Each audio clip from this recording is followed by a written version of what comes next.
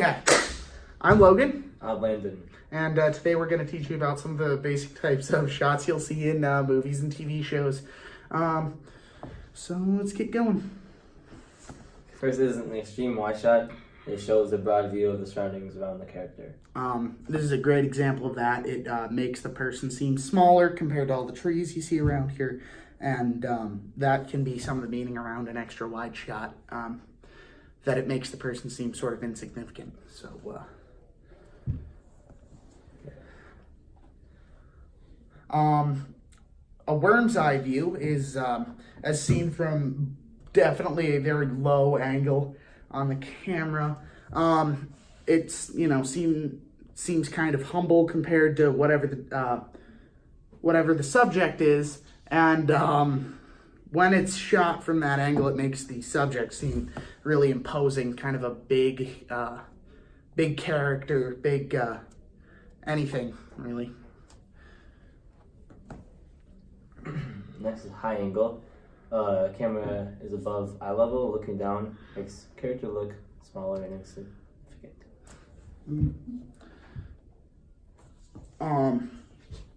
Next we have leading room, and that's when a person is looking towards the edge of the frame.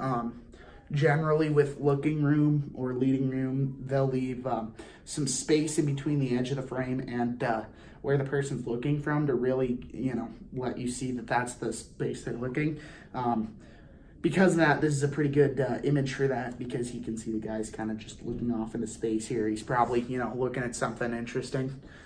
Judging by the shot, I don't know, could be like a cake shop or something, I don't know. So, move on to the next one. Okay, next is extreme close-up. Shows only part of the character's face. And that can be used to show intense emotion, but generally it's kind of just, you know, used for dramatic effect. Next we have a wide shot. Shows the entire character from head to toe. You know, sometimes the feet will get a little, you know, chopped out, but, you know, their feet, you would be able to see their feet in this picture. And you can definitely tell it's a wide shot because it, you know, the main idea of this is looking at these two. It's not like it's trying to focus on the background, and that's really what would change it to an extra wide shot. So we'll be moving on. Next we have a medium wide shot that shows a character usually cut off about the across their legs or below the knees. This one you can, well, he's wearing sweatpants, so it's right around the knees, you can tell there.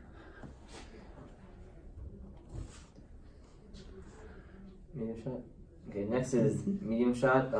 Shows the character's upper body, arms, and head. And you see Loki there. Definitely, you know, upper body, arms, head. And next we got the close-up. This is one of my favorites. This close-up in particular, it mostly just shows the character's face, though it does show some stuff in the background. It's not as close as the extreme close-up because you can see all of their face.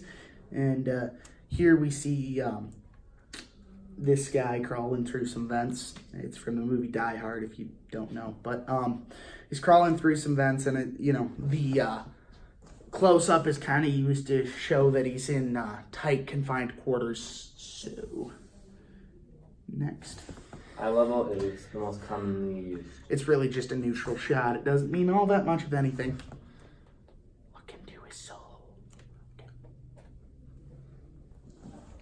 And next, we have low angle.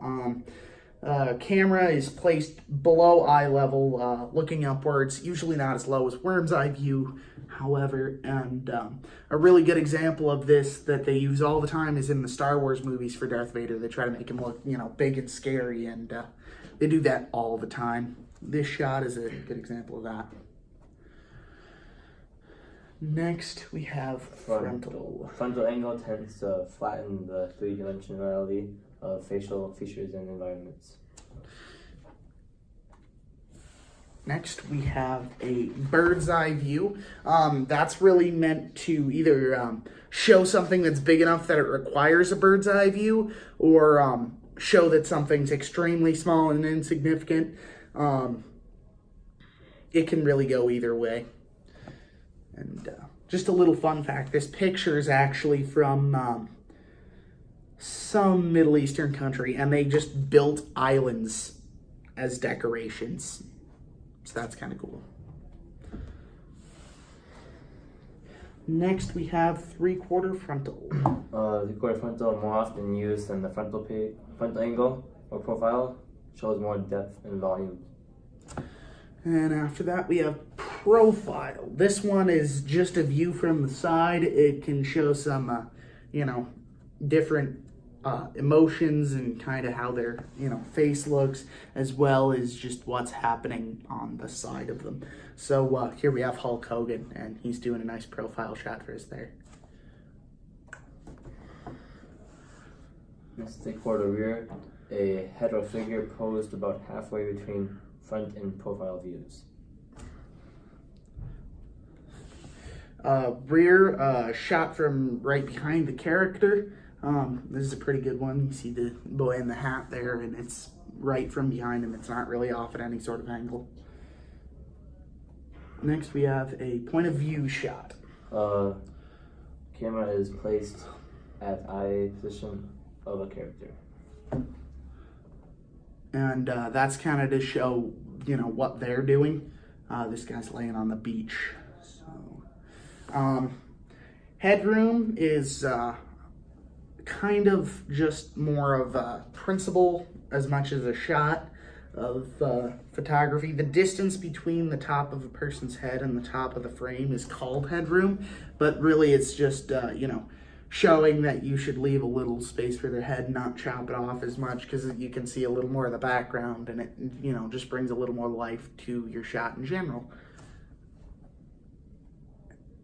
And rule of thirds.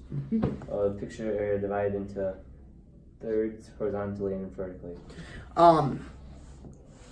It's kind of hard to just explain, but you can see here how on the screen we have it's basically a tic-tac-toe board you put over whatever picture you got, and then where lines intersect, that's kind of where you want some of your focal points to be. So you can see this lighthouse on the side here. That's a area that you're looking for, and that's one, and the lighthouse runs right along that line, so it hits about 2 of them. So that's a pretty well put together picture right there. And that is going to conclude our slideshow, because we have no other slides. If you have any questions, don't feel free to ask, because this is a video and we can't answer any questions. There we go.